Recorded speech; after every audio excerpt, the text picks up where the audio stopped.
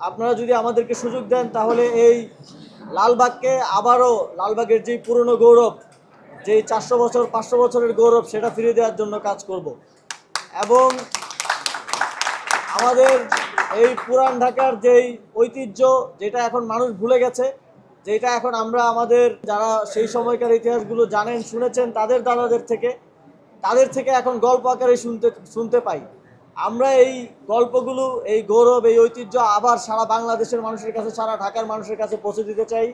আমরা আবারও যেটা ছিল মূল ঢাকা, যেই ঢাকা এখন অনেকটা অবহেলিত এবং দেখা যায় যাদের টাকা পয়সা আছে তারা আর এই ঢাকায় এখন থাকতে চায় না, তারা উত্তর ঢাকায় চলে যায়, সেদিকে গুলশান বনানীতে চলে যায়। আমরা আবারও এটাকে এই পুরনো গৌরব ফিরিয়ে দেওয়ার মাধ্যমে সবাইকে আবার এখানে নিয়ে আসতে চাই এবং সামনের দিনে যেন যারা বিত্তশালী আছেন তারা যেন এই ঢাকায় থাকার জন্য চেষ্টা করেন, সেরকম একটা ঢাকা আমরা তৈরি করতে চাই। সেই জন্য লালবাগ থানায় আমাদের যারা নেতাকর্মী আছেন, যারা এখানে নাগরিক প্রতিনিধি আছেন, সকলকে আহ্বান থাকবে আপনারা আমাদের সাথে আসেন, আমরা একসাথে এই ঢাকার পুরনো গৌরব ফিরিয়ে আনার জন্য কাজ করব।